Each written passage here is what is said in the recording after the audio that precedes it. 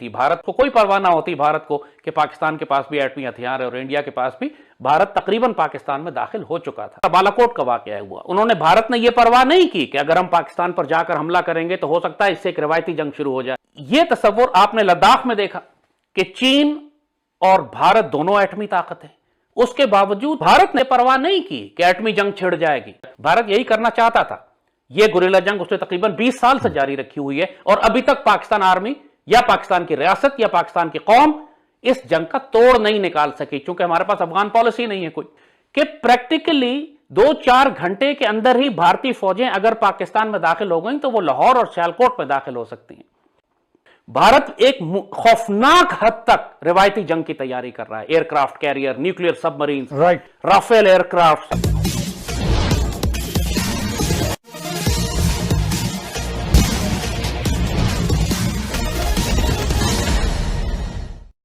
पाकिस्तान की मीडिया में भारत के बारे में यह कहा जा रहा है कि भारत चीन और पाकिस्तान दोनों से एक साथ निपटने की क्षमता रखता है। भारत को कोई फर्क नहीं पड़ता है कि पाकिस्तान और चीन दोनों ही परमाणु शक्ति संपन्न देश है, और यह बात उस व्यक्ति के मुंह से कहा जा रहा है जो भारत विरोध के लिए पूरे पाकिस्तान में मशहूर है। इस डर को वह कैसे आवाज दे रहा है, आइए आप भी सुने।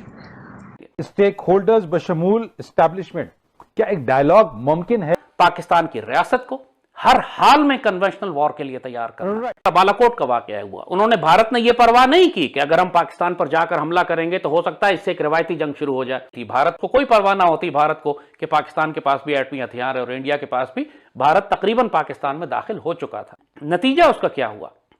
देखिए, सिर्फ एटमी जंगें दुनिया में मुल्कों के दरमियान नहीं होती।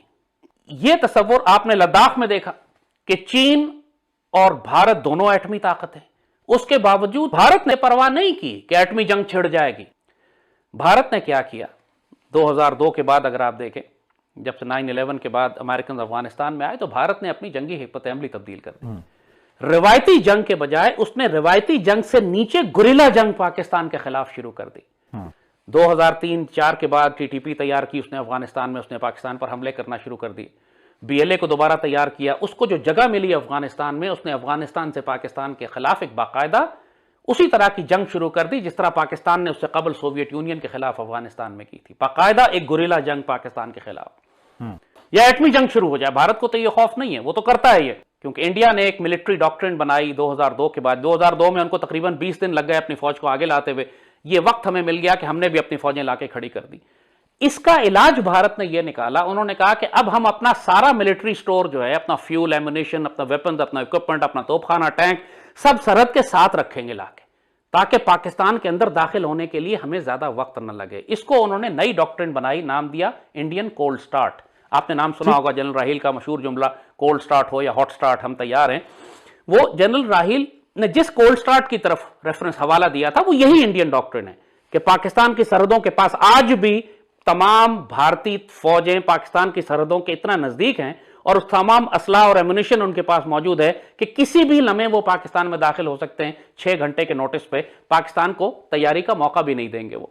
कि इस वक्त इंडिया के जो इंडिपेंडेंट बैटल ग्रुप्स हैं, जो उनकी कोल्ड स्टार्ट डॉक्ट्रिन है, और पाकिस्तान के जो शहर हैं वो भारतीय सरहद के इतना नजदीक पहुंच चुके हैं कि प्रैक्टिकली 2-4 घंटे के अंदर ही भारतीय फौजें अगर पाकिस्तान में दाखिल हो गई तो वो लाहौर और सियालकोट में दाखिल हो सकती हैं।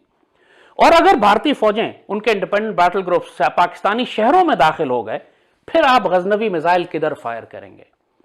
क्योंकि इंडिया को भी मालूम है कि आपकी मिलिट्री डॉक्ट्रिन क्या है। आपने कन्वेंशनल वॉर पे रिलाय करने के बजाय टैक्टिकल न्यूक्लियर वेपन्स पे रिलाय किया हुआ है। उन पर आप भरोसा कर रहे हैं कि इंडिपेंडेंट बैटल ग्रुप्स को वो रोकेगा। और इंडिया इसी को, जैसे कहा कि एटमी ताकत से बचने के लिए, कन्वेंशनल वॉर से बचने के लिए इंडिया सब कन्वेंशनल चला गया। उसने एक गैर रिवायती जंग आपके खिलाफ शुरू कर दी, मशरकी पाकिस्तान में भी और टीटीपी के जरिए भी। आप एक सिपाही मरवाए बगैर आपके 12,000 सिपाही शहीद करवा दिए, अफसर जवान, 1 लाख पाकिस्तानी शहीद करवा दिए। तो जब आप एक डॉक्ट्रिन बनाते हैं तो दुश्मन उसको काउंटर करने के लिए काउंटर डॉक्ट्रिन भी बनाता है। अगर लाहौर में दाखिल हो गया भारत, या सियालकोट में दाखिल हो गया, या आजाद कश्मीर में दाखिल हो गया, या गिलगित बल्तिस्तान में दाखिल हो गया, फिर हम क्या करेंगे? अब यहां पर जिसे कहते हैं पाकिस्तानी रियासत खामोश है। तो यही वजह है कि इस वक्त मैं अलार्म रेज कर रहा हूं। मैं पाकिस्तान की रियासत के तमाम इदारों से, मुसल्लह अफवाज से भी, पाकिस्तान की हुकूमत से भी, पाकिस्तान की थिंक टैंक्स से भी, मीडिया से भी, पॉलिसी मेकर्स से भी एक बात मैं कह रहा हूं कि इस पर डिबेट करें। ये एक पाकिस्तान की रियासत की पॉलिसी फेलियर है, हमारा एक गलती है, एक इज्तिमाई गलती है हमारी, एक कलेक्टिव फेलियर है कि हमने अभी तक अपनी कौम और अपनी रियासत को एक कन्वेंशनल वॉर के लिए तैयार नहीं किया हुआ। भारत एक खौफनाक हद तक रिवायती जंग की तैयारी कर रहा है, aircraft carrier, nuclear submarine, Rafale aircraft, missile, radar, satellites, पूरी दुनिया से वो कई $100 अरब की खरीदारी अगले चंद सालों में करना चाहता है और मजीद शॉर्ट टर्म में सिर्फ इस साल के लिए 20, 30, 40 अरब डॉलर के वेपन्स और इक्विपमेंट वो खरीद रहा है। ये सिर्फ एटमी जंग के लिए नहीं खरीद रहा, वो एक कन्वेंशनल वॉर के लिए ले रहा है। वो ये इस किस्म की रिस्पॉन्स स्ट्रैटेजी बिल्ड करना चाहते हैं कि पाकिस्तान की रियासत इनकैपेसिटेट हो जाए कि ये एक स्ट्रेटेजिक वेपन्स लॉन्च करने का फैसला ही ना कर सके। रियासत को जिस तरह मशरकी पाकिस्तान में उन्होंने फौज को इतना फंसा दिया कि पाक फौज मजाहमत ही नहीं कर सकी भारत की, तमाम तर मजाहमत के बावजूद स्ट्रैटेजी उन्होंने इस तरह की बनाई कि 8-9 महीने पूरी 8-9-10 हजार पाकिस्तानी फौजियों को उन्होंने पूरे मशरकी पाकिस्तान में बिखेर दिया कि जब भारत ने बाहर से हमला किया तो वो फौज उसको रोकने के काबिल नहीं थी। यही रिस्पॉन्स स्ट्रैटेजी, यही अटैक स्ट्रैटेजी अब इंडिया बिल्ड कर रहा है कि वो पाकिस्तान को न्यूक्लियर थ्रेशोल्ड तक जाने नहीं देगा, पाकिस्तान के शहरों में इतनी तबाही मचा देगा या दाखिल हो जाएगा तो फिर आप टैक्टिकल या स्ट्रेटेजिक न्यूक्लियर वेपन किसके खिलाफ इस्तेमाल करेंगे। और पूरा पाकिस्तान जानता है, हमें 1 लाख पाकिस्तानी शहीद हो चुके हैं।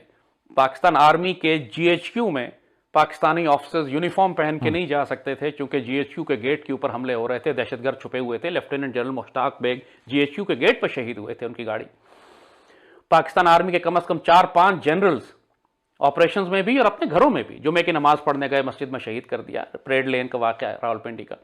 जंग यहां तक आ चुकी थी, इस तकरीबन पाकिस्तान शिकस्त खा चुका था और भारत का एक सिपाही नहीं मरा था। भारत ने जंग का नुक्ता नजर तरीका ही बदल दिया। उसने एटमी जंग या रिवायती जंग करने के बजाय गुरिल्ला जंग पर आ गया। गुरिल्ला जंग उसी तरह की जैसे मुक्ति बाहिनी ने मशरकी पाकिस्तान में 8-9 महीने पहले बर्पा की और जब पाकिस्तान आर्मी पूरी तरह फंस गई, शिकस्त खुर्दा हो गई, उसके बाद ये फौजें लेके अंदर दाखिल हो गए। भारत यही करना चाहता था। यह गुरिल्ला जंग उसने तकरीबन 20 साल से जारी रखी हुई है और अभी तक पाकिस्तान आर्मी या पाकिस्तान की रियासत या पाकिस्तान की कौम इस जंग का तोड़ नहीं निकाल सकी, क्योंकि हमारे पास अफगान पॉलिसी नहीं है कोई। अभी तक अफगानिस्तान के अंदर से मुसलसल TTP और BLA के दहशतगर्द आ रहे हैं, पाकिस्तान की रियासत पर हमले कर रहे हैं। भारत ने तो जंग करने का अंदाज बदल दिया, उसको कोई फर्क नहीं पड़ा कि पाकिस्तान एक एटमी ताकत है। आपने अभी देखा निगोरो काराबाग में, आर्मीनिया में, अजरबैजान ने किस तरीके से रिवायती जंग की, लेकिन दोनों के इत्तेहादी पीछे पीछे एटमी ताकत ही थी, एक के पीछे रूस, एक के पीछे अमेरिका, उनका आपस में उनके। भारत ने 9/11 के बाद यह किया कि पाकिस्तान के खिलाफ एक गैर रिवायती जंग शुरू कर दी, मगर उस गैर रिवायती जंग की वजह से भारत ने अपनी जहनियत और हिकमत अमली नहीं तब्दील की। वो हर वक्त रिवायती जंग की तैयारी करता रहा है और आज भी कर रहा है। कई मर्तबा ऐसे मौके आए कि जब भारत ने जिस तरह पाकिस्तान की मीडिया में पहली बार यह सच कबूल किया जा रहा है कि भारत पर कोई फर्क नहीं पड़ता कि पाकिस्तान और चीन दोनों के पास परमाणु शक्ति है। अगर भारत के साथ इन दोनों देशों का युद्ध हुआ तो फिर परमाणु शक्ति के उपयोग का भी खतरा हो सकता है और जो भयंकर युद्ध में परिणत हो सकता है। यह बात सही भी है कि भारत ने जो पाकिस्तान में घुसकर सर्जिकल स्ट्राइक किया था और फिर चीन के साथ गलवान घाटी में पिछले साल जो हुआ था, इस बात का प्रमाण है कि भारत अपनी सीमाओं की हिफाजत करना जानता है। उसे कोई फर्क नहीं पड़ता है कि इन देशों के पास परमाणु शक्ति है या नहीं है। भारत के हितों के साथ अगर कोई देश खिलवाड़ करेगा तो भारत उसको उसी की भाषा में जवाब देना जानता है। भारत के इस बदले हुए तेवर के कारण दुश्मन देश पाकिस्तान और चीन तो परेशान हैं ही, हमारे देश के भीतर भी बैठे कुछ लोग परेशान दिखते हैं, जो यह कहते फिरते हैं कि मोदी जब से प्रधानमंत्री बने हैं भारत की सॉफ्ट इमेज को नुकसान पहुंचा है। ऐसे सॉफ्ट इमेज को लेकर हम क्या करेंगे जब हमारी सीमाएं ही सुरक्षित न हो, दूसरे देश जब चाहे हमारे देश में घुसकर अपनी मनमानी करते फिरे हों।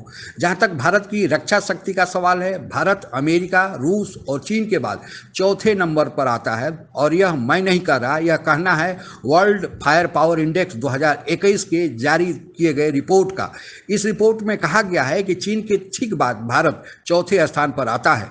चीन के साथ जब हमारा पिछले साल गलवान घाटी में भिड़ंत हुआ था और हमारे जाबाज सैनिकों ने जो चीन का हश्र किया था, लेकिन उसके बावजूद भी भारत में बैठे कुछ बुद्धिजीवी लोग और वामपंथी विचारधारा के लोग जो चीन को ही अपना आका मानते हैं, उन लोगों ने यह कहना शुरू कर दिया था कि भारत और चीन का कोई मुकाबला ही नहीं, चीन बहुत ज़्यादा रक्षा शक्ति में भारत से मजबूत है। लेकिन भारत के सैनिकों ने जो कर दिखाया वह तो अपनी जगह है ही, साथ ही जो वर्ल्ड फायर पावर इंडेक्स 2021 ने रिपोर्ट प्रकाशित किया है वह कहा है कि भारत और चीन के बीच बहुत ज़्यादा फासला नहीं, 19 और 20 का फासला है, जबकि ये बुद्धिजीवी और वामपंथी कह रहे थे कि वह 20 और 25 का अंतर है भारत और चीन के बीच। जहाँ तक पाकिस्तान की बात है, पाकिस्तान इस फायर पावर इंडेक्स में 15वें स्थान पर है, इसलिए उसकी चर्चा करना बेमानी है। आज हमें अपने देश की सेनाओं पर गर्व है और हमारी सेनाएं हमारे देश की सीमाओं को सुरक्षा करना जानती है। आज भारत एक सक्षम देश है और सबल देश है। आज के लिए बस इतना ही। आप अगर हमसे जुड़ा रहना चाहते हैं तो कृपया मेरे चैनल को सब्सक्राइब करें तथा बेल आइकन भी दबा दें ताकि नई वीडियो की जानकारी तुरंत आप तक पहुंच जाए। धन्यवाद। जय हिंद।